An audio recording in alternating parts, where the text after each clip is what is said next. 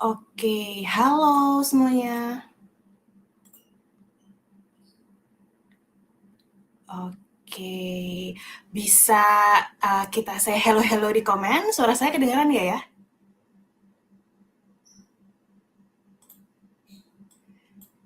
Oke, terdengar jelas ya. Gambar saya terdengar jelas? Sorry, terlihat jelas? Oke, bagus banget. Terima kasih ya sudah banyak respon di kolom komentar.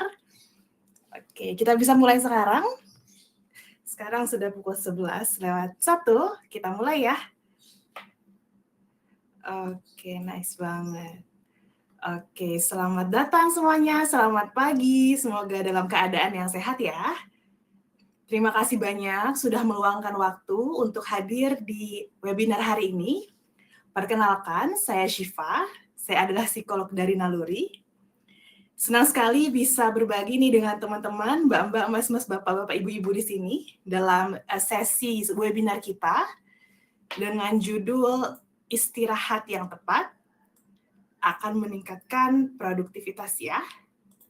Istirahat yang tepat, produktivitas meningkat gitu. Nah, untuk sesi ini mungkin sangat relatable ya, apalagi untuk Bapak Ibu yang punya pekerjaan yang cukup padat begitu ya, atau kegiatan yang cukup padat juga gitu. Nah, pernah nggak Bapak Ibu di sini atau teman-teman di sini sudah bekerja 8 jam nih, tapi tetap rasanya lelah dan nggak bisa fokus gitu? Atau misalnya ketika menyelesaikan laporan penting gitu ya, pikiran tuh terasa cepat lelah dan sulit berpikir jernih, pernah nggak? Bisa jadi itu adalah salah satu tanda bahwa tubuh dan otak kita itu lagi butuh istirahat yang tepat nih, teman-teman. Jadi topik ini mungkin terdengar sederhana, tapi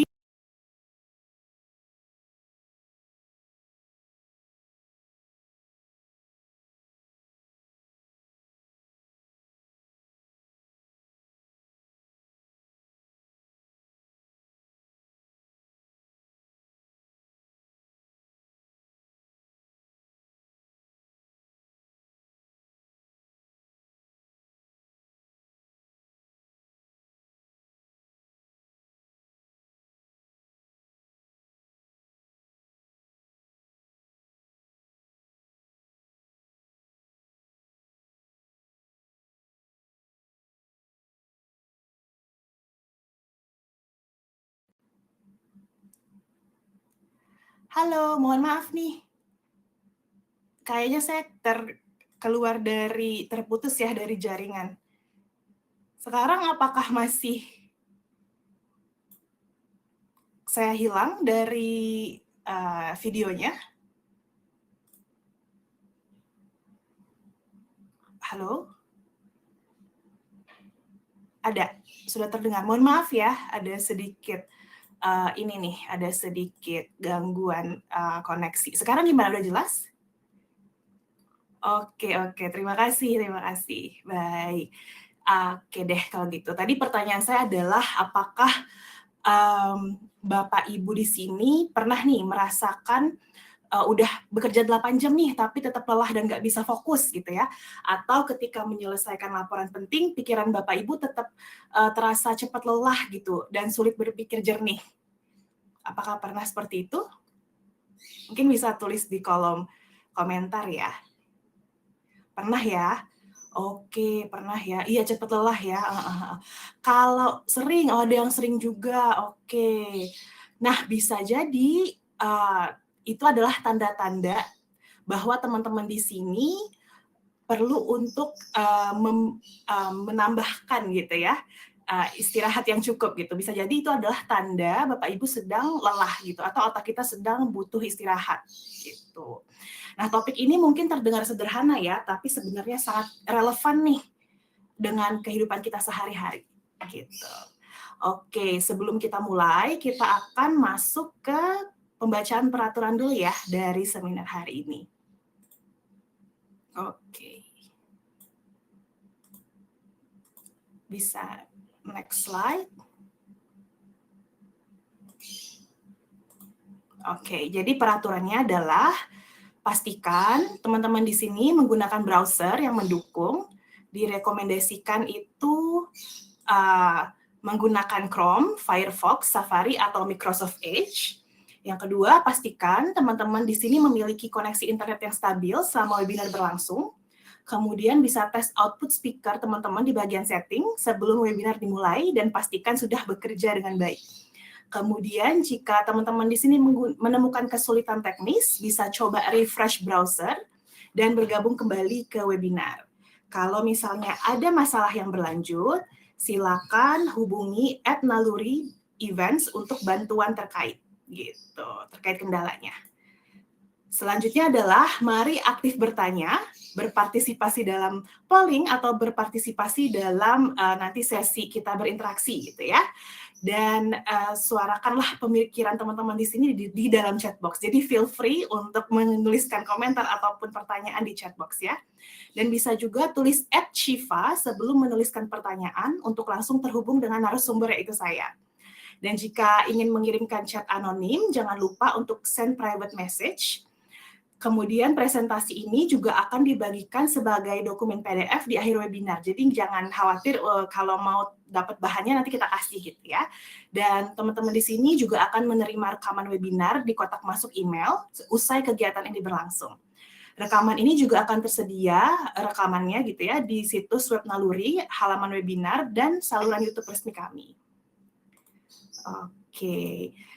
Oke, tak kenal maka tak sayang ya teman-teman.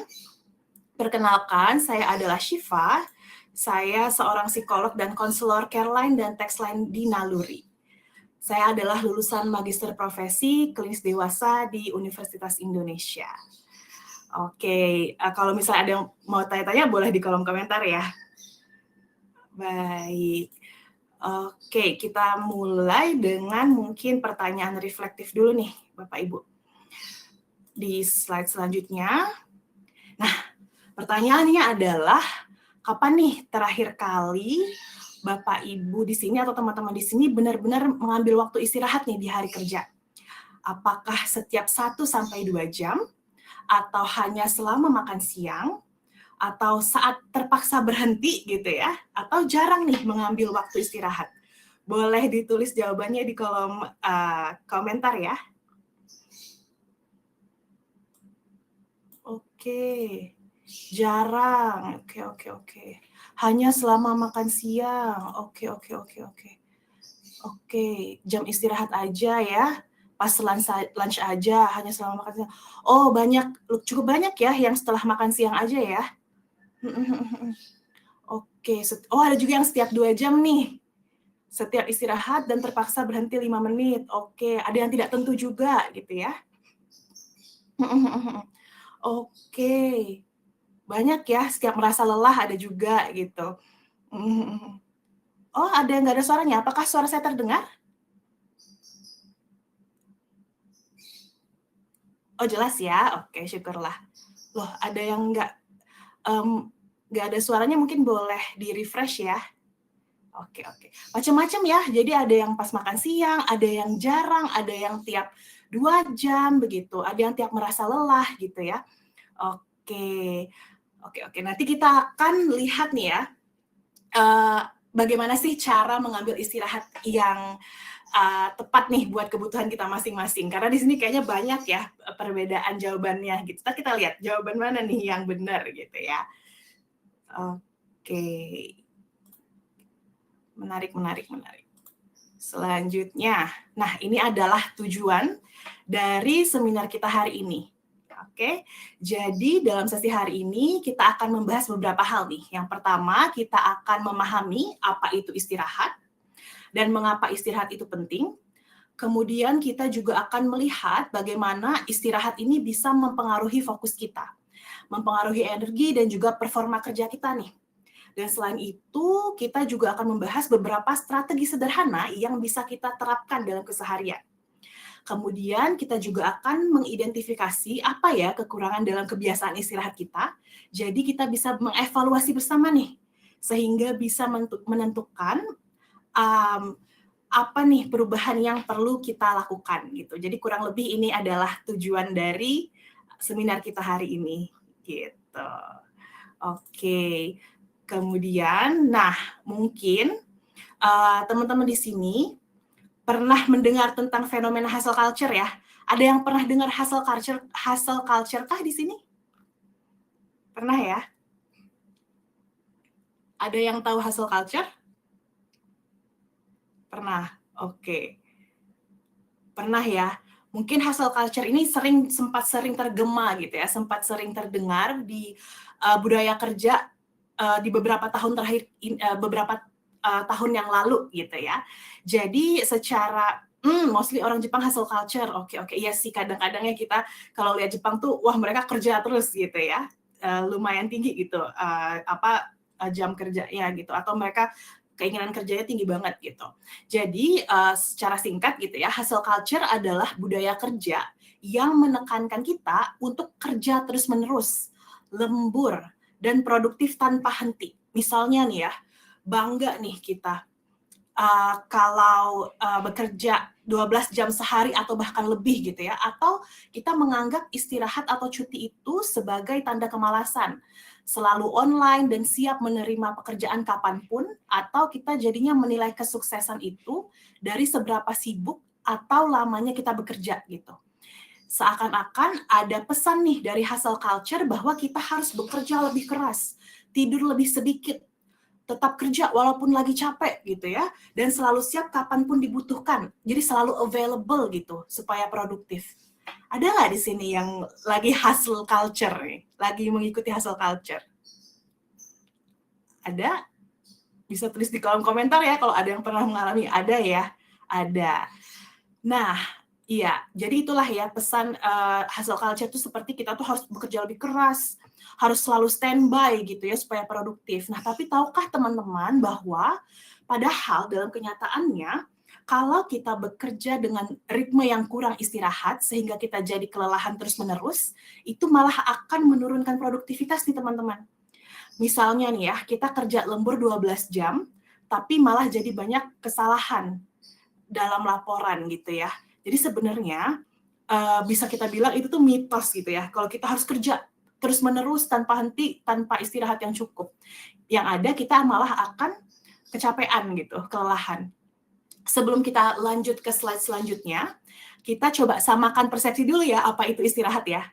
Jadi istirahat itu di sini bukan hanya berarti kita tidur atau berhenti bekerja sepenuhnya, bukan. Tapi istirahat adalah waktu yang kita berikan kepada tubuh dan pikiran kita untuk memulihkan energi setelah melakukan aktivitas yang membutuhkan fokus, tenaga, atau emosi. Gitu.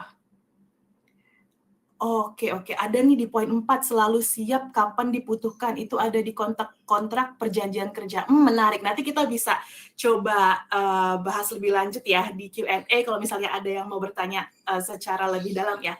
Dan nanti juga kita akan bahas beberapa trik untuk menerapkan istirahat yang cukup. Gitu. Oke, jadi kita sudah sama ya persepsi dari istirahatnya ya.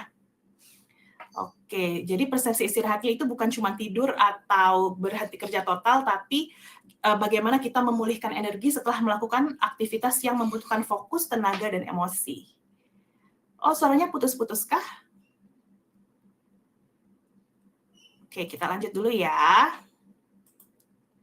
Mungkin kalau ada suaranya putus-putus, kita boleh coba untuk refresh ya. Oke.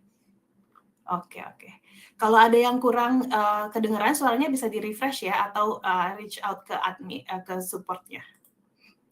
Oke, kita lanjut. Nah, ini adalah gini. Sebenarnya ketika kita terus bekerja tanpa jeda nih teman-teman, sebenarnya ada biaya tersembunyi gitu, ada hidden cost-nya yang sering kali tidak kita sadari. Misalnya nih, kemampuan fokus kita jadi mulai menurun. Kita jadi lebih mudah melakukan kesalahan, dan keputusan yang kita ambil itu jadi kurang optimal gitu. Selain itu, kelelahan juga dapat mempengaruhi kondisi emosional kita juga, sehingga kita jadi lebih mudah merasa stres atau frustrasi. Gitu. Jadi begitu ya. Jadi biaya dari always on itu ada gitu. Oke. Kalau ada yang suaranya masih belum terdengar, mungkin bisa di-refresh ya. Atau hubungi admin kita di peraturan tadi, bisa kirim pesan pribadi ke @naluri-events untuk terkait kendala teknisnya. Oke, kita lanjut. Nah ini ya, kalau kita udah kecapean ilustrasinya kayak begini. Ada nggak nih yang hari ini situasinya lagi seperti gambar ini? Adakah? Boleh tuliskan di kolom komentar ya. Ada aja. Oke, ada aja. Oke, iya. Oh, ada yang ngacungin tangan. Oke. Pasti lagi lelah banget ya situasinya ya. Oh, belum Bu, baru jam 11 soalnya. Oke, masih fresh ya jam 11 ya. Ada yang sedang migrain. Oke. Ada yang ngantuk. Iya. Kurang kopi. Oke. Iya sih ya, enaknya ngopi dulu nih. Oke, jam 3 nih biasanya, Kak. Oke, saat ini sebelum biasanya sore. Oke. Alright. Oke, lagi ya. Oke. Mata pedas depan monitor. Wah, ini pas banget, nanti akan ada tips gimana caranya supaya mengatasi mata pedas depan monitor. Oke. Sip. Terima kasih atas jawaban-jawabannya. Kita lanjut. Nah, ini adalah beberapa gejala dari kelelahan kronis nih yang bisa terjadi ketika kita kelelahannya sudah berlangsung dalam waktu yang lama. Bisa jadi penurunan daya ingat dan konsentrasi ya, bisa insomnia, sakit kepala, kelelahan, habis energi, sakit tenggorokan, bahkan nyeri otot. Nah, ketika kita sudah dalam situasi yang seperti ini nih, tugas yang sebelumnya tuh rasanya mudah, bisa jadi terasa lebih berat gitu. Tadi kalau saya lihat tadi di jawabannya ada yang sampai migran gitu ya. Nah, bisa jadi itu salah satu tanda dari kelelahan juga tuh. Nah, kalau dari 6 poin ini, teman-teman di sini ada yang merasakan salah satu atau salah duanya, mungkin boleh ditulis juga ya. Antara jam 3 sampai 4 ngantuk. Oke. Asam lambung, oh iya bisa juga tuh ya, sampai asam lambung gitu. Ada lagi yang sedang merasakan sindrom kelelahan kronis ini? Kenapa kelelahan kronis bisa sakit tenggorokan ya? Apa gara-gara penurunan daya tubuh ya? Bisa jadi ya. Betul, bisa jadi. Fatigue dan insomnia, betul. Jadi memang kelelahan itu bisa banget untuk mempengaruhi, karena kita jadi lebih rentan ya secara fisik dan mungkin secara mental juga. Kalau mentalnya lelah bisa jadi lebih rentan, sehingga terjadilah gejala-gejala ini gitu. Sakit kepala sering banget, Coach. Oke, pasti nggak enak banget ya. Sering banget sakit kepala ya karena kelelahan gitu. Oke.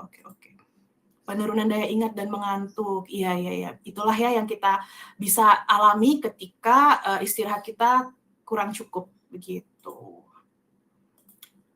Oke, nah saat merasa sangat lelah di tempat kerja, teman-teman di sini cenderung apa nih? Cenderung memaksakan diri kah? Atau berhenti sejenak dulu nih? Mungkin boleh di-share juga. Memaksa diri, oke. Sekarang berhenti sejenak, Coach. Berhenti sejenak. Oke. Berhenti dong, oke. Nah, untuk yang tidak, yang memaksakan diri, bolehkah aku tahu apa nih yang membuat teman-teman di sini tetap memaksakan diri nih? Boleh tahu apa yang bikin teman-teman kalau capek tetap memaksakan diri? Boleh di-share di kolom komentar? Tuntutan pekerjaan, iya itu sih ya yang pasti. Takut dipecat, berhenti sejenak, oke, deadline, oke. Wah, dicuekin, gangguin teman, oke. Kebanyakan karena tuntutan pekerjaan ya. Jadi terpaksa untuk memaksa diri gitu ya. Oke, nah sebenarnya sih kalau dari jawaban teman-teman yang memaksakan diri itu sebenarnya ada baiknya juga ya. Maksudnya menandakan bahwa teman-teman sebenarnya sangat bertanggung jawab nih akan kerjaan teman-teman gitu ya. Tapi kita lihat ya apakah memaksakan diri itu akan memberikan efek yang lebih bagus atau enggak gitu. Oke, nah jadi pengen istirahat tapi gimana lagi gitu ya. Oke, Nah, jadi teman-teman, ternyata otak kita itu butuh pemulihan loh. Jadi otak kita ini, teman-teman, sebenarnya tuh tidak dirancang untuk bekerja terus-menerus tanpa jeda. Jadi otak kita itu seperti otot ya, seperti otot. Kayak misalnya kita lagi nge-gym gitu ya. Kalau misalnya kita pakai otot kita terus-menerus, misalnya nge-gym kan ada repetisi sama ada rest-nya ya, ada diulang-ulang gerakannya, terus setiap gerakan berapa kali berhenti sejenak gitu. Nah, seperti otak juga begitu. Jadi ketika kita bekerja gitu ya, ada masanya kita butuh rest dulu sebentar. Jadi itu istirahat singkat-singkat gitu. Jadi nggak perlu istirahat yang lama banget, enggak. Tapi nanti kita nyebutnya micro breaks. Nanti kita akan bahas di slide selanjutnya ya. Jadi ketika otak kita digunakan secara terus-menerus, ternyata nih malah menurunkan performa. Karena otak kita juga membutuhkan waktu untuk memulihkan diri. Jadi untuk teman-teman di sini yang mungkin tadi ya memaksakan terus kalau lelah gitu ya, mungkin nanti bisa dievaluasi ya cara istirahatnya begitu. Apakah ada yang bisa ditambahkan nih dari tips-tips yang nanti akan saya berikan selanjutnya? Apa nih, saya mau kayak Cristiano Ronaldo tapi males mulu. Oh oke, Cristiano Ronaldo kenapa rajin banget ya latihannya? Oke. Kita next dulu ke slide selanjutnya. Nah, ada nih teman-teman penjelasan ilmiah dari istirahat gitu ya. Jadi ternyata dalam penelitian tentang perhatian dan performa kognitif kita nih ditemukan bahwa kemampuan fokus kita itu dapat menurun ketika kita kerja terus-menerus tanpa jeda. Karena itu, mengambil istirahat singkat secara berkala dapat membantu menjaga energi dan performa kerja kita. Dan bisa membantu kita jadi lebih fokus dan membuat mental kita lebih jernih. Nah, mungkin ini ya jadi bahan pertimbangan untuk teman-teman yang masih kesulitan nih untuk mengambil istirahat secara berkala. Gitu. Nah, tahukah teman-teman bahwa istirahat itu ada banyak jenisnya loh. Setidaknya ada 4 nih yang akan kita bahas hari ini. Yang pertama adalah istirahat fisik, yaitu istirahat yang berkaitan dengan tubuh kita. Misalnya nih, kalau kita sudah duduk terlalu lama atau menatap layar laptop terlalu lama, sampai mata kita merah, sampai mata kita lelah gitu ya. Atau ketika tubuh kita tuh terasa pegal-pegal gitu ya. Caranya gimana? Caranya bisa dengan stretching atau peregangan, bisa berdiri sebentar atau jalan-jalan sebentar. Yang kedua, ada yang namanya istirahat mental. Ada yang pernah dengar istirahat mental? Atau ada nggak di sini yang belum pernah dengar bahwa ternyata istirahat itu ada macamnya ya, gitu. Jadi istirahat mental itu istirahat yang berkaitan dengan pikiran kita. Ada yang belum pernah dengar ya. Jadi istirahat mental itu istirahat yang berkaitan dengan pikiran kita. Misalnya nih ketika kita sudah merasa sulit fokus karena terlalu banyak informasi yang udah kita cerna. Atau ketika kita udah terlalu lama konsentrasi. Nah, caranya bisa dengan berhenti sejenak dari tugas, menarik nafas dalam, atau meditasi sebentar, atau memejamkan mata sebentar, atau mengalihkan pandangan dari layar atau dari kerjaan gitu ya. Kalau teman-teman mau istirahat dengan berdoa atau beribadah sejenak, itu juga masuk loh ke istirahat gitu. Oh, ada yang istirahat mentalnya dengan liburan, bisa juga ya, healing, meditasi, ya betul-betul. Gitu. Nah, yang ketiga, betul, tahajud bisa, yoga bisa gitu ya. Kalau teman-teman memang menikmati ibadah itu bisa masuk ke dalam bagian dari istirahat juga. Kalau meditasi nanti dirasuki masuk makhluk halus, serem juga ya. Mungkin bisa pilih meditasi yang tidak horor ya. Bobo bisa juga. Nah, yang ketiga ada istirahat emosional. Ternyata ada juga nih teman-teman. Istirahat emosional, yaitu istirahat yang dibutuhkan saat kita merasa secara emosional sudah cukup terkuras nih. Misalnya karena ada tekanan pekerjaan atau ada interaksi yang cukup menantang gitu ya. Misalnya ada ketemu klien atau ada ketemu pihak-pihak yang cukup menguras energi nih. Pernah nggak ada yang begitu? Berinteraksi sama orang yang kayaknya aduh jadi draining banget habis ketemu orang itu misalnya gitu. Ada yang pernah? Bisa jadi itu bisa menyebabkan kelelahan emosional. Nah, itu boleh dilihat ya, apakah sebenarnya saya ini habis ketemu orang ini, saya capek nih, capeknya fisik atau jangan-jangan mental gitu, atau jangan-jangan emosional gitu ya, karena draining banget nih saat berinteraksi dengan dia gitu ya. Nah itu cara healing-nya atau cara atau istirahatnya bisa dengan cara bicara atau curhat dengan temen, bisa journaling, ngambil waktu sendiri, dengerin musik, betul, bercanda dengan teman kerja, itu bisa. Bisa juga untuk mengatasi untuk istirahat emosional gitu. Ngopi kalau ada yang mau boleh juga gitu ya. Jadi benar-benar istirahat itu sebenarnya nggak banyak banget macamnya. Jadi tergantung yang mana yang kita butuhkan. Nah, yang keempat ada istirahat digital. Nah, ini nih. Ada yang baru dengar istirahat digital? Jadi istirahat digital itu istirahat yang berkaitan dengan perangkat digital atau gadget nih, gitu. Atau kita kalau terbanjiri informasi yang terus-menerus. Nah, itu saatnya kita perlu mengambil istirahat digital. Ya, sosmed detox bisa. Bagus banget ya idenya. Berhenti menatap layar sebentar boleh. Tidak membuka email untuk sementara waktu bisa. Atau menjauh dari ponsel juga bisa untuk sementara waktu. Oke, ada juga yang bikin joke ya. Nah, setelah teman-teman mendengarkan penjelasan jenis-jenis istirahat ini, istirahat apa nih yang paling teman-teman di sini butuhkan saat ini? Boleh tulis di kolom komentar, istirahat yang mana nih yang saat ini teman-teman kayaknya ternyata aku butuhnya istirahat mental deh. Atau misalnya fisik atau digital. Oke, semua, ada yang semua ya. Ada lagi yang lain? Mental dan emosional. Lihat daun ijo-ijoan, iya itu bisa juga untuk jadi metode kita istirahat. Awas jangan sampai istirahat selamanya, oke. Istirahat mental, ada semua, ada emosional gitu ya. Oh, oke.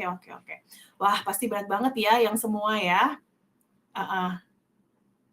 Oke, betul. Ya, jadi penting banget ya untuk kita bisa mengidentifikasi sebenarnya kita lagi butuh jenis istirahat yang mana nih, karena bisa jadi metode yang kita butuhkan berbeda gitu. Oke. Oke, kita lanjut ya. Ada yang tidak, ada yang butuh istirahat semuanya. Oke. Wah, menarik nih, macam-macam jawabannya. Nah, kita masuk ke dalam tips kebiasaan praktis. Ada beberapa tips nih yang bisa teman-teman di sini coba aplikasikan ya, ditambahkan ke kebiasaan istirahatnya gitu ya. Yang pertama itu adalah istirahat singkat atau micro break. Apa itu micro break? Jadi micro break itu misalnya setiap 1 sampai 2 jam kita ngambil waktu 2 sampai 5 menit nih untuk berdiri kah, untuk jalan sebentar atau melakukan stretching, peregangan gitu ya. Atau sekedar mengalihkan pandangan dari layar. Istirahat singkat seperti ini ternyata teman-teman berdasarkan penelitian bisa membantu mengembalikan fokus dan mengurangi kelelahan kita. Gitu. Memungkinkankah ini untuk dicoba teman-teman? Nanti bisa dicoba ya. Nah, untuk micro breaks ini kita ada latihannya nih teman-teman. Yuk kita bareng-bareng kita coba micro breaks ya. Coba kita next. Oke. Hi Divya, can you please help to play the video? Oke, teman-teman kita latihan pernafasan dalam ya. Oke, bisa didengarkan ini? Wait. Coba. Sebelum kita mulai, Bapak, Ibu atau teman-teman di sini bisa coba temukan tempat duduk yang nyaman dulu. Kita sama-sama micro breaks ya. Temukan tempat yang nyaman, kemudian bisa alihkan pandangan dari layar, nanti bisa pejamkan mata juga. Teman-teman, kita coba latihan pernafasan bareng-bareng. Nanti ada video ini, ada panduan dari video ini. Nanti kayak gini ya, kurang lebih videonya. Tarik nafas yang dalam, gitu ya.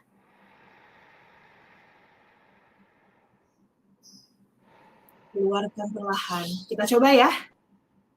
Oke, kita mulai dari sekarang. Boleh pejamkan mata, kita mulai dari sekarang. Tarik nafas yang dalam. Keluarkan perlahan. Tarik nafas lagi yang dalam. Keluarkan perlahan. Tarik nafas lagi yang dalam. Keluarkan perlahan. Tarik nafas yang dalam. Keluarkan perlahan. Tarik nafas lagi yang dalam. Keluarkan perlahan. Tarik nafas yang dalam. Keluarkan perlahan. Oke, jadi begitu teman-teman. Salah satu cara mempraktekkan micro breaks. Di sini ada yang sebelumnya pernah mencoba micro breaks, jadi ngantuk ya, nggak apa-apa. Oke, ada lagi yang pernah mempraktekkan micro breaks sebelumnya, misalnya bikin matcha di pantry gitu ya, bentar 5 menit gitu. Jadi relax sih, tapi terus ngantuk, it's okay. Power nap juga bisa. Ada yang pernah ya untuk micro breaks. Nah, ini penting. Jangan hipnotis. Bukan hipnotis kok. Oke, nah bagus nih, nggak ngefek terlalu pendek buat saya. Nah, itu bisa mungkin ditambahkan ya. Ditambahkan tadi kan baru 1 menit, mungkin bisa coba dipanjangkan 2-3 menit. Gitu. Oke, nice. Iya, oke gitu ya. Terima kasih atas kerjasamanya nih untuk praktek tadi teman-teman. Kita lanjut. Nah, tahukah teman-teman bahwa sebenarnya menjadwalkan tugas itu bisa lebih baik dilakukan berdasarkan tingkat energi yang kita miliki di sepanjang hari. Kalau kita lihat di sini ya, ada kecenderungan energi kita itu lebih tingginya di pagi hari hingga menjelang siang dan menurun di siang hari. Biasanya habis makan siang tuh ya kayak jadi ngantuk atau jadi lemes, nah gitu. Dan naik sedikit nanti di sore hari dan menurun ketika kita mau tidur. Jadi ada nih penelitian yang menyatakan kita ada kecenderungan seperti ini energi levelnya. Tapi ini juga bisa disesuaikan lagi dengan diri kita masing-masing ya. Dengan cara mengetahui kapan saja nih energi kita tinggi dan kapan energi kita menurun. Karena bisa jadi ada juga nih orang yang lebih berenergi di malam hari. Atau nggak sama dengan grafik ini. Ada nggak di sini yang malam-malam malah lebih berenergi? Kadang tuh ada ya. Gitu. Ada yang pagi-pagi yang lebih berenergi gitu. Nah, itu ya betul nokturnal ya namanya. Nah, jadi intinya walaupun ada grafik ini, kita tetap perlu untuk menyesuaikan dengan energi level kita sendiri karena bisa jadi agak beda dengan grafik ini. Intinya kita coba menyesuaikan pekerjaan dengan tingkat energi kita sepanjang hari. Jadi ketika energi kita sedang tinggi, kita bisa menggunakan waktu tersebut untuk tugas yang membutuhkan konsentrasi mendalam. Misalnya gimana? Misalnya buat analisis data, untuk pengambilan keputusan penting, menulis laporan penting, menyusun strategi, atau menyelesaikan masalah yang kompleks. Nah, itu tuh kita boleh masukkan ke jam-jam di mana energi kita lagi tinggi. Gitu. Sedangkan ketika kita energinya mulai menurun nih, kita bisa mengerjakan tugas yang lebih rutin. Seperti balas email, pekerjaan administratif yang berulang gitu ya. Atau bisa juga melakukan tugas kreatif seperti brainstorming yang ringan gitu. Kenapa? Karena menariknya nih, beberapa penelitian juga menunjukkan bahwa dalam kondisi pikiran yang lebih santai gitu ya, kadang kita justru lebih mudah mendapatkan ide-ide kreatif. Makanya di sini dibilang ketika energi agak rendah, bisa nih kita untuk brainstorming ide-ide yang kreatif gitu. Oke, ada nih yang rasanya low energy sepanjang hari. Oke, mungkin nanti kalau ada pertanyaan boleh ya disampaikan di Q&A. Oke, itu bukannya berarti kerja 24 jam di kantor kerja seperti biasa dan malamnya masih mengerjakan tugas admin, bahas email atau oke, pekerja ini pertanyaan yang bagus banget ya. Oke. Jadi maksudnya gini, kalau kerjanya tetap 8 jam dong ya. Kayak misalnya nih, pas pagi-pagi ini kan nggak terlalu tinggi nih. Nah, itu bisa ngerjain tugas admin misalnya. Pas tingkat puncak di jam 8 sampai jam 10 nih, kalau berdasarkan grafik ini, kita bisa pakai untuk yang lebih membutuhkan konsentrasi tinggi misalnya gitu. Jadi nggak perlu, bukan berarti harus bekerja 24 jam gitu. Jadi kita disesuaikanlah dengan kebutuhan dan situasi kerja kita sendiri gitu ya. Karena paham sih kadang-kadang bahkan ada untuk pekerja yang shift-shiftan itu juga bisa lebih menantang.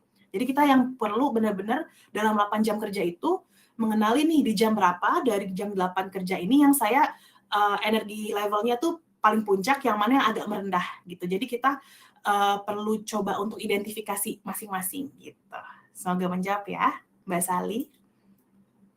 Oke, kita lanjut. Kebiasaan praktis yang ketiga nih, ada yang namanya menetapkan batasan digital. Begitu. Jadi, cara selanjutnya untuk melindungi waktu pemulihan atau istirahat kita itu, kita bisa coba untuk menetapkan batasan digital. Yaitu istirahat itu juga berarti memberi batasan gitu ya pada penggunaan teknologi. Misalnya tidak membuka email setelah jam kerja tertentu, mengaktifkan notifikasi senyap, atau menyediakan waktu untuk benar-benar offline gitu. Nah, tapi aku paham banget sih, saya paham banget pasti nggak mudah ya untuk menerapkan tips, terutama tips batasan digital ini gitu. Karena apa nih? Apa aja nih biasanya tantangannya ya? Mungkin ada tantangan rasa bersalah gitu ya saat istirahat, atau budaya kerja yang menuntut kita untuk selalu available atau selalu siap gitu. Atau ada kebiasaan dan rutinitas yang biasa kita lakukan yang menghambat kemampuan kita untuk istirahat. Misalnya, setiap berapa menit buka email, setiap berapa menit buka WhatsApp, atau setiap berapa menit buka aplikasi kantor gitu ya. Jadi walaupun udah secara fisik udah berhenti kerja, pikirannya tetap dalam mode kerja tuh, sehingga otak nggak benar-benar istirahat. Nah, teman-teman di sini adakah yang mengalami tantangan-tantangan ini? Yang mana nih yang paling jadi tantangan untuk menerapkan kebiasaan istirahatnya? Boleh ditulis di kolom komentar ya. Adakah yang merasa bersalah gitu ya kalau mau istirahat, atau budaya kerjanya yang menuntut selalu on gitu, yang ungu. Oke, budaya kerja yang menuntut selalu siap ya. Iya. Rutinitas juga gitu ya. Oke, nanti kita coba ya. Budaya kerja yang menuntut selalu siap. Oke. Iya sih, ini sangat menantang sih. Nanti kita coba bahas ya, apakah ada cara yang memungkinkan untuk lebih menyeimbangkan gitu. Oke, kita lanjut. Nah, ini nih, teman-teman, cara mengatasi tantangan yang ada. Gitu, yang tantangan-tantangan yang tadi gitu ya. Jadi ada beberapa hal yang bisa kita lakukan. Yang pertama, yang paling penting, kita perlu mengubah cara pandang kita terhadap istirahat. Jadi, ubah cara pandang tentang istirahat sebagai bagian dari produktivitas. Jadi kita berpikirnya adalah, mindset-nya adalah istirahat adalah cara mengelola energi, bukan tanda kemalasan. Gitu. Dan istirahat singkat itu meningkatkan performa. Gitu. Jadi kalau kita punya mindset ini, rasa bersalah tadi bisa berkurang gitu. Yang kedua, kita tetapkan batasan atau set boundaries. Misalnya jadwalkan waktu untuk fokus dan waktu untuk offline. Dan jangan lupa nih teman-teman, untuk komunikasikan ketersediaan kita atau availability kita ke orang lain untuk mengurangi tekanan dari orang sekitar. Jadi kalau kita mau bikin batasan, misalnya nih ya, kita mau offline WhatsApp setiap jam sekian sampai sekian gitu ya, misalnya di luar jam kerja, kita perlu komunikasikan dulu tuh ke orang lain, supaya nanti orang lain tidak bertanya-tanya gitu. Nah, menetapkan batasan ini penting banget ya teman-teman, dan berhubungan juga dengan setting boundaries atau menetapkan batasan yang sehat. Dan ini perlu dikomunikasikan dan kita yang tetapkan. Kalau tidak, orang lain mungkin tidak tahu nih bahwa kita sudah kewalahan. Jadi gini teman-teman, ngomong-ngomong tentang setting boundaries atau membuat batasan yang sehat gitu ya, analoginya seperti ini. Kenapa kita butuh untuk mengkomunikasikan? Misalnya teman-teman di sini punya rumah gitu ya. Ada teman-teman di sini datang ke rumah menginjak rumput gitu. Padahal teman-teman nggak suka kalau mereka lewat rumput, teman-teman pengennya mereka lewat semen, tapi teman-teman diam aja. terus mereka masuk ke ruang tamu, nggak ngetok pintu, mereka masuk ke dapur, ngambil makanan di kulkas, terus makan di kamar kita gitu ya, dan kita diam aja. Dalam pikiran kita kan mungkin, wah ini teman nggak tahu aturan banget ya, masa ke rumah orang seenaknya begitu gitu. Tapi kita diam aja nih gitu. Nah, bisa jadi temannya teman-teman yang masuk ke kamar teman-teman itu, dia nggak berniat jahat gitu. Tapi bisa jadi pikirannya adalah, wah enak banget ya main di rumah dia, bebas banget, nggak ada aturannya gitu. Bisa jadi dia malah berpikir begitu, nggak berpikir bahwa nggak berpikir jahat sebenarnya. Tapi karena mereka nggak tahu bahwa kita nggak enak, makanya mereka berperilaku seperti itu. Nah, itulah pentingnya mengkomunikasikan batasan yang kita nyaman ke orang lain. Misalnya, boleh datang ke rumahku, tapi kalau misalnya mau masuk, jangan lewat rumput ya, lewat jalan yang semen aja. Terus kalau mau masuk ke ruang tamu, boleh tapi ketuk pintu dulu. Atau misalnya mau ngambil makanan, boleh, tapi bilang aku dulu dan aku yang ngambilin dari kulkas. Dan jangan masuk ke kamarku ya, karena itu privacy buat aku, gitu. Nah, itu tuh cara mengkomunikasikan boundaries kita. Sama halnya ya dengan menyampaikan boundaries di tempat kerja juga seperti itu. Karena kadang seringkali orang lain nggak paham, gitu. Jadi ini mengecilkan, meminimalisir kemungkinan orang lain salah paham dengan kita. Gitu. Yang ketiga, mulai dari hal kecil. Mulailah dengan istirahat 2-5 menit, lalu secara bertahap perpanjang waktu pemulihan gitu ya. Dan gunakan pengingat atau aplikasi untuk membantu teman-teman di sini membangun kebiasaan. Yang keempat, gunakan refleksi dan perencanaan nih. Jadi tadi ya, kenali waktu energi puncaknya kapan dan kapan waktu energi rendahnya. Sehingga bisa merencanakan tugas dan waktu istirahat sesuai dengan itu gitu. Yang kelima, cari dukungan. Teman-teman di sini bisa cari teman untuk saling mengingatkan atau bisa juga chat Coach Naluri di aplikasi Naluri untuk mendapatkan panduan lebih lanjut. Gitu ya. Ini tips-tips mengatasi tantangan tadi. Kita lanjutkan.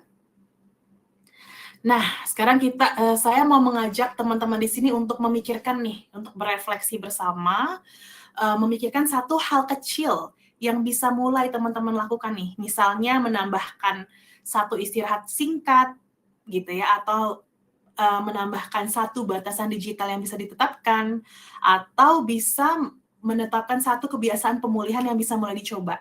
Misalnya nih, menambahkan micro break setiap 1 jam, atau mau stretching tiap 1 jam, atau bikin matcha gitu ya, setiap sebelum makan siang misalnya gitu, atau mau menetapkan batasan jam online nih di WhatsApp. Kira-kira apa nih yang bisa ditambahkan ke depannya nih, teman-teman? Bisa tulis di kolom komentar ya.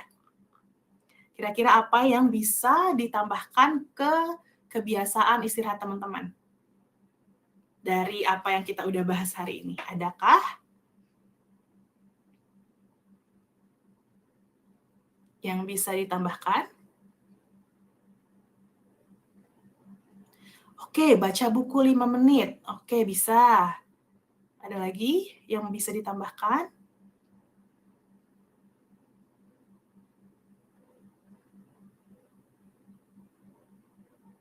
Nyalakan fitur auto sleep HP-nya kalau sudah malam. Nah, ini oke nih. Ini untuk menetapkan batasan digital ya. Oke, bisa ya teman-teman ditambah ice breaking singkat, bisa. Bagus juga tuh ice breaking. Apalagi kalau bisa ngerjain ice breaking-nya bareng-bareng temen ya. Refresh keluar ruangan, ya bagus banget tuh. Apalagi kalau kita bisa lihat yang ijo-ijo gitu ya. Kalau misalkan lingkungan kerjanya cukup hijau gitu ya, bisa refresh keluar ruangan. Atau misalnya ada supermarket gitu ya, dekat kantor, keluar bentar, keliling-keliling, itu bisa juga tuh. Rest area KM57 apa nih maksudnya nih? Oke.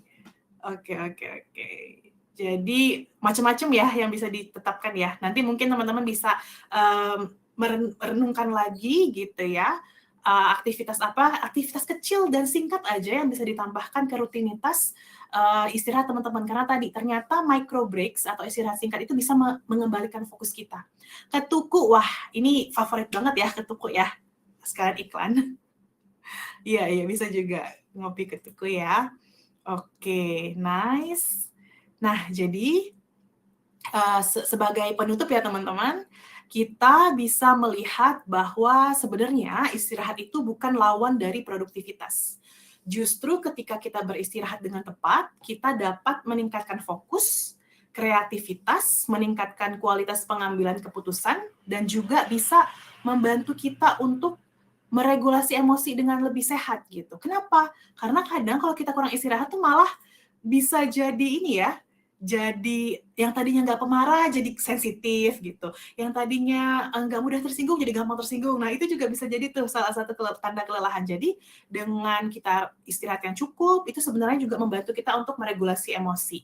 Jadi istirahat itu bukan tanda kemalasan, tapi bagian penting dari cara kita menjaga performa dan kesejahteraan kita, baik di tempat kerja ataupun pribadi kita gitu.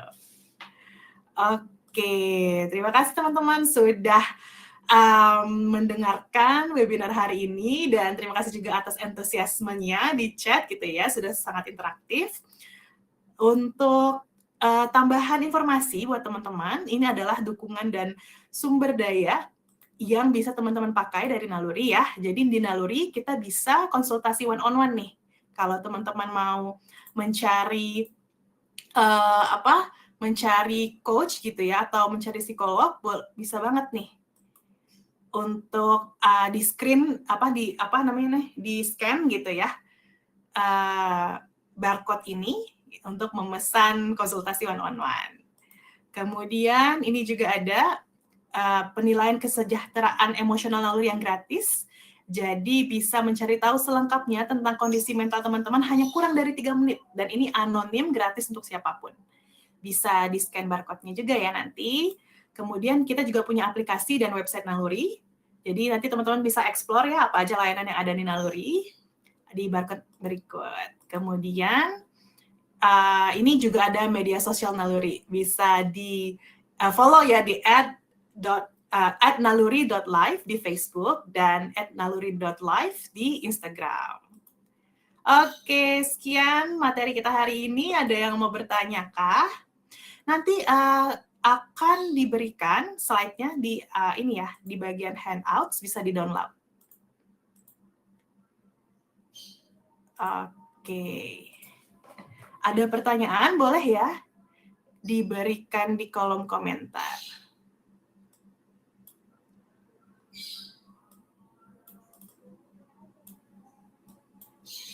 Oke.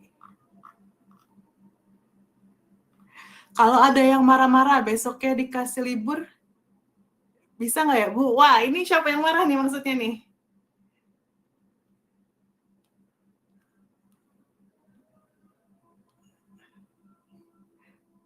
Sama-sama, ada yang mau bertanya? Kita masih ada beberapa menit nih sebelum jam 12.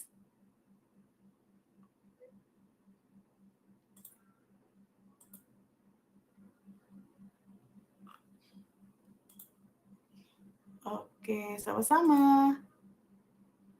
Oke, kita masih ada waktu ya kalau ada yang mau bertanya. Apa sudah jelas semua?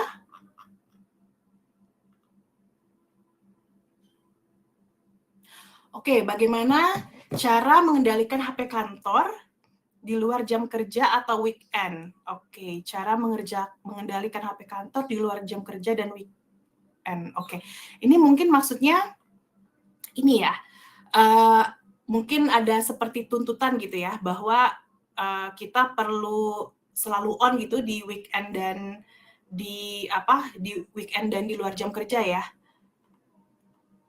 Nah itu sebenarnya ini sih butuh komunikasi ya kayaknya dengan orang kantor gitu. Apakah memungkinkan nggak gitu? Kira-kira kalau memungkinkan tuh bisanya di waktu kapan aja gitu. Jadi kalau bisa memang coba untuk dibicarakan dan dicari titik keseimbangannya tuh di mana. Jadi gimana caranya tanggung jawabnya bisa tetap selesai, tapi istirahatnya juga bisa cukup nih di weekend dan di luar jam kerja.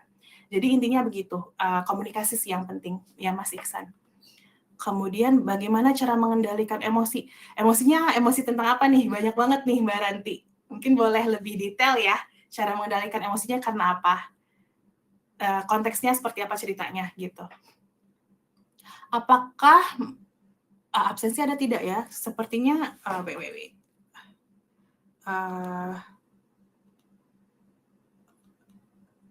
sepertinya belum ada ya.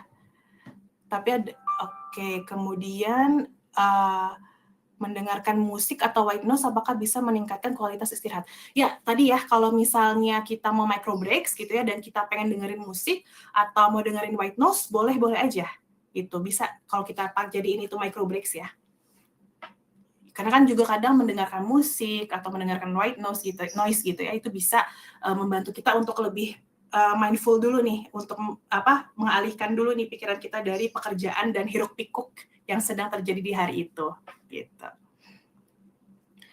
Kak, mau tanya bagaimana tidur bisa nyenyak? Nah, ini lagi-lagi tergantung ya apa yang membuat tidurnya sulit nyenyak gitu ya. Tapi secara umum, kalau tentang tidur, bisa nih Mbak Mega coba cari yang namanya sleep hygiene. Nanti boleh googling ya, sleep hygiene. Di sleep hygiene itu ada beberapa tips yang bisa meningkatkan kualitas tidur. Misalnya pakai lampu yang redup atau lampunya dimatikan gitu ya. Nggak makan beberapa jam sebelum tidur, menjauhi gadget misalnya 1 atau 2 jam sebelum tidur gitu. Itu ada di sleep hygiene. Nanti Mbak Mega bisa googling ya. Tulisannya gimana ya? Sleep hygiene. Saya coba tulis di message nih, namanya sleep hygiene. Nah, ini yang Mbak Mega bisa di googling. Itu tips untuk meningkatkan kualitas tidur. Oke, cara tidak terlalu overthinking gimana? Gitu. Oke, sebenarnya overthinking itu lagi-lagi mungkin perlu dicari tahu ya apa yang menyebabkan overthinkingnya, tapi kalau secara umum gitu ya, kalau teman-teman suka journaling bisa tuh untuk dituangkan overthinkingnya di journaling. Jadi teman-teman bisa coba untuk ditulis gitu ya, terus diidentifikasi nih sebenarnya apa sih yang bikin overthinking dan seberapa faktual sih yang kita pikirkan gitu. Jadi dicek nih bukti-bukti dari overthinkingnya kita gitu. Sebenarnya overthinking itu kan salah satu tanda kita tuh nggak mau suatu hal yang buruk terjadi di masa depan, atau kita nggak mau sesuatu yang buruk kepikiran terus sama apa yang udah terjadi gitu kan. Jadi itu perlu kita cek lagi tuh pikirannya sejauh apa dan seberapa faktual pikiran itu gitu. Jadi mungkin secara umum gitu dulu ya. Saat mengendalikan emosi saat bekerja. Oke, nih masih umum juga ya pertanyaannya, tapi mungkin saya bisa jawab secara umum. Cara mengendalikan emosi saat bekerja itu, kalau memang rasanya emosi banget, boleh tuh ambil micro breaks atau ambil waktu untuk menjauh dulu dari triggernya, Mbak Ranti. Mungkin itu ya. Terus bisa coba tadi breathing exercise atau dengerin musik atau minuman favorit gitu ya. Setidaknya untuk memperpanjang gap kita atau waktu kita sebelum kita bereaksi gitu. Karena biasanya kalau kita emosi banget, reaksinya tuh kadang kayak nggak terkendali ya. Nah, supaya lebih terkendali reaksinya, kita bisa nambahin gap waktu di antara emosinya muncul dengan perilaku emosinya muncul gitu. Jadi kita bisa menghindar sejenak dari triggernya dan kita bisa kembali lagi kalau udah agak tenang gitu. Terima kasih, ini mau praktekin istirahatnya. Oke, Mas Ahmad, sama-sama. Bagaimana cara mengatasi kondisi merasa kurang tidur meskipun waktu istirahat sudah cukup? Maksudnya gimana nih Mas Kartiko? Jadi merasa kurang tidur walaupun sebenarnya udah tidur dengan cukup gitu ya? Nah, mungkin bisa diidentifikasi nih Mas Kartiko, sebenarnya yang lelah itu apa nih? Apakah memang lelah fisik aja, atau ada lelah mental, atau ada lelah emosional tadi ya, atau sebenarnya diidentifikasi lagi nih Mas Kartiko, apakah di kantor ada stres-stres tertentu yang bikin kita rasanya lelah gitu. Jadi ini biasa terjadi ya buat kita-kita yang rasanya udah cukup istirahat dari weekend kemarin, tidurnya udah banyak, tapi kok masih capek gitu. Jadi Mas bisa coba untuk cari tahu sebenarnya bikin capek di kantor tuh apa sih gitu. Jangan-jangan bisa jadi misalnya ya, workload-nya emang beban kerjanya terlalu tinggi nih. Nah, itu kan memerlukan solusi yang berbeda gitu. Atau misalnya ternyata ada interaksi di kantor yang memang berat gitu ya. Nah, itu juga mungkin bisa diidentifikasi dulu ya Mas Kartiko, apa yang bikin rasanya masih capek nih. Masih rasanya masih kurang tidur gitu ya, walaupun udah cukup istirahatnya gitu. Karena kadang itu bisa jadi karena faktor-faktor stres lain gitu. Gitu. Ada yang bilang jangan banyak pikiran, matikan lampu, lupakan HP biar tidur nyenyak. Oh iya, ini terkait sleep hygiene ya Mas Usman ya. Apakah tidur siang itu diharuskan walau sejenak? Nah, ini sebenarnya sih tergantung kita ya. Kalau kita ngerasa itu helpful atau membantu boleh. Tapi nggak wajib sih, karena tadi ya balik lagi bahwa setiap orang memiliki kebutuhan dan cara istirahat yang berbeda-beda gitu, Mas Warsudi. Jadi mungkin Mas Warsudi boleh dicoba ya kalau misalnya power nap ketika tidur siang, membantu nggak buat Mas Warsudi gitu. Kalau membantu mungkin bisa dicoba gitu. Saya kerja kalau sambil dengar musik atau podcast, konsennya malah dapat banget, Kak. Wah, ini mantap nih. Jadi, memang ada ya orang-orang yang kalau dengerin musik tuh dia malah lebih fokus, gitu. Berarti untuk Mbak Kundiana, nggak apa-apa kerja sambil dengar musik. Tapi ada juga ya orang lain yang kalau kerja tuh perlu hening, gitu. Nah, jadi kita yang perlu mengenali diri kita lebih efektif itu ketika ada musik atau ada suara atau ketika hening, gitu. Saya akhir-akhir ini merasa kurang tidur saat malam. Nah, mungkin bisa jadi salah satu pertimbangan ya untuk meningkatkan jam tidurnya ya, Mbak Rifka. Mengatasi penggunaan HP berlebihan atau kecanduan. Nah, ini mungkin bisa dibahas di seminar khusus sebenarnya ya, kalau tentang penggunaan HP berlebihan apalagi untuk kecanduan gitu. Tapi mungkin bisa coba nih Mbak Ranti untuk coba perlahan diberi batas gitu. Misalnya yang tadinya 5 jam jadi berangsur-angsur dikurangin gitu untuk mengatasi penggunaan HP berlebihannya ya. Atau misalnya kalau mau emang susah gitu ya untuk mengatasinya, Mbak Ranti bisa coba untuk chat coach di naluri aplikasi. Oke, kalau memang sangat mengganggu. Oke, Mbak Ranti? Sulit tidur bisa matikan lampu aja, Mbak. Pasti mata terpejam, Mbak. Oh ya, ini tips untuk ini ya, Mbak Rifka ya. Saya juga sulit tidur, tapi saya lakukan seperti itu. Oke, kayaknya ada butuh panduan lebih lanjut ya, Mbak Lisa ya. Oke, kalau kerja hening malah takut. Oh oke, Mbak Kudiana malah takut ya kalau misalnya kerjanya hening ya. Jadi mengheningkan cipta, waduh. Iya lagi. Jangan nonton deracin menjelang tidur, biar bisa nyenyak. Wah, ini kayaknya banyak pecinta deracin ya di sini ya. Oke. Oke teman-teman, ada lagi? Nonaktifkan semua medsos sementara. Ini untuk pertanyaan yang mana nih, Mbak? Mas Igede? Nonaktifkan semua medsos sementara itu bisa kalau misalnya kita lagi pengen mengurangi load untuk atau beban digital kita ya, itu boleh kok untuk menonaktifkan semua medsos secara sementara. Itu salah satu cara kita istirahat sebenarnya gitu. Gede itu sih. Oke. Oke. Baik, ada lagi, kita masih ada 2 menit lagi untuk menyampaikan pertanyaan. Baik. Oke, mungkin bisa saya hitung mundur 3 ya, kalau belum ada pertanyaan ya. 3, 2, 1. Oke deh kalau gitu. Kalau begitu, kalau tidak ada pertanyaan lagi, bisa kita akhiri ya sesi hari ini. Terima kasih banyak nih Bapak, Ibu, teman-teman di sini sudah hadir dan sudah berinteraksi ya di kolom chat ya. Semoga bermanfaat ya materinya hari ini. Oke. Sama-sama.